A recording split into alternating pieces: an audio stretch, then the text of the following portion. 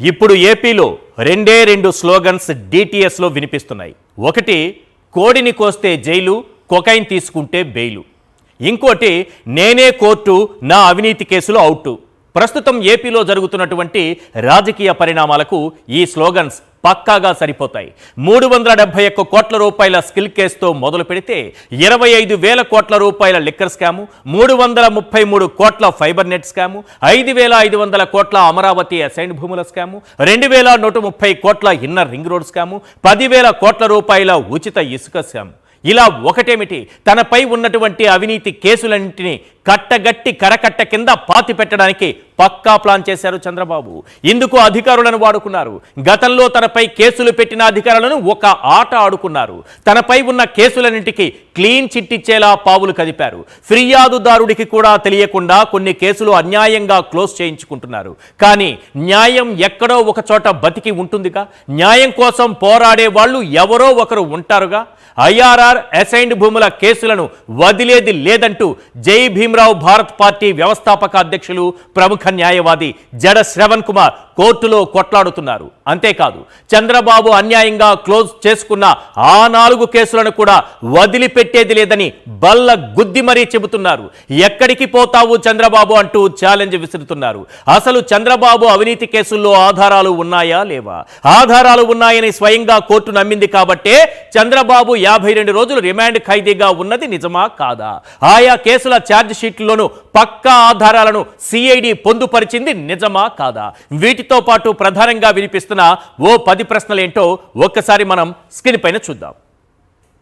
Yes, question number 1, skill case నుంచి IRR alignment case వరకు పక్కా ఆధారాలతో దొరికింది నిజమా కాదా?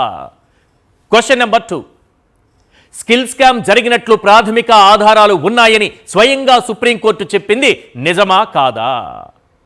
క్వశ్చన్ నెంబర్ 3, బెయిల్ ఇస్తే సాక్ష్యాలు తారుమారు చేస్తారని కింది కోర్టులు బాబుకు బెయిల్ నిరాకరించింది నిజమా కాదా?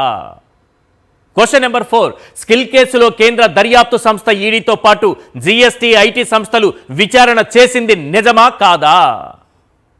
క్వశ్చన్ నెంబర్ 5, 371 కోట్ల స్కిల్ స్కామ్లో 17A అడ్డు పెట్టుకుని తప్పించుకోవడానికి ప్రయత్నించింది నిజమా కాదా?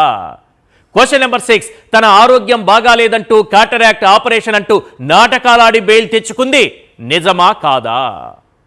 క్వశ్చన్ నెంబర్ 7, లింగమనేని హెరిటేజ్ భూముల విలువ పెరిగేలా ఐఆర్ఆర్ను అవినీతి మెలికలు తిప్పింది నిజమా కాదా? క్వశ్చన్ నెంబర్ 8, 177 కోట్లు ఉన్న భూమి విలువ 2,130 కోట్లకు చేరేలా మార్పులు చేర్పులు చేసింది నిజమా కాదా? క్వశ్చన్ నెంబర్ 9, అధికారంలోకి రాగానే తన కేసులు విచారించిన అధికారులను చంద్రబాబు వేధించింది నిజమా కాదా? క్వశ్చన్ నెంబర్ 10, అవినీతి కేసులు వాదించడానికి ఢిల్లీ నుంచి బడా లాయర్లను తెప్పించి కోర్టులు ఖర్చు పెడుతోంది నిజమా కాదా? ఈ ప్రధానంగా ఈ 10 ప్రశ్నలు, ఈ 10 ప్రశ్నలకు సమాధానం చెప్పాల్సినటువంటి అవసరం ఉంది. ఎందుకంటే స్కిల్ ఐఆర్ఆర్ కేసులు మాత్రమే మనం చూస్తున్నాం. స్కిల్ కేసుతో పాటు లిక్కర్ కేసు ఉంది సార్, ఫైబర్ నెట్ కేసు ఉంది సార్, ఉచిత ఇసుక స్కామ్ కూడా ఉంది సార్, అసైన్డ్ భూముల స్కామ్ కూడా ఉంది సార్. మొత్తం 6 కేసులకు గాను 4 కేసులు ఇప్పటికే చంద్రబాబు నాయుడు గారు క్లోజ్ చేయించుకున్నారు. సింపుల్గా చెప్పాలంటే skill case, liquor case, fibre net case, ఉచిత ఇసుక కేసు.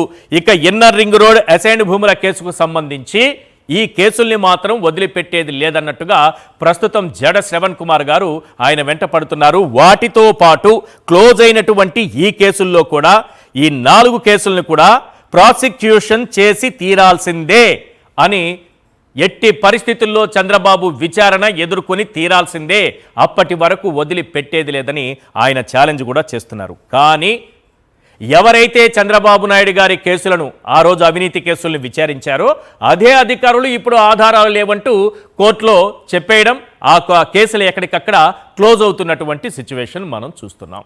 వీటన్నిటిపైన గతంలో ఒక సందర్భంలో లోకేష్ గారు మాట్లాడారు. ఆయన ఏం మాట్లాడారనేది ఒక్కసారి విన్న తర్వాత జడ శ్రవణ్ కుమార్ గారితో మనం మాట్లాడదాం. ప్లీజ్ ఆ బయట ప్లే చేయండి. నా కలెక్టర్ కాన్ఫరెన్స్లో నవ్వుతా చెప్పా ఒక పోలీస్ సోదరుడికి, మన హోం మంత్రి గారు కూడా, తల్లి వీలే కేసులు మన పైన పెట్టారు, టైం ఇస్తున్నా, తొందరగా కేసులు తీయమని చెప్పని కూడా అదే అధికారులకు నేను చెప్పా. నేను నిన్న కలెక్టర్ కాన్ఫరెన్స్ లో నవ్వుతా చెప్పా ఒక పోలీస్ సోదరుడికి, మన హోం మంత్రి గారు కూడా, తల్లి వీలే కేసులు మన పైన పెట్టారు, టైం ఇస్తున్నా, తొందరగా కేసులు తీయమని చెప్పని కూడా అదే అధికారులకు నేను చెప్పా.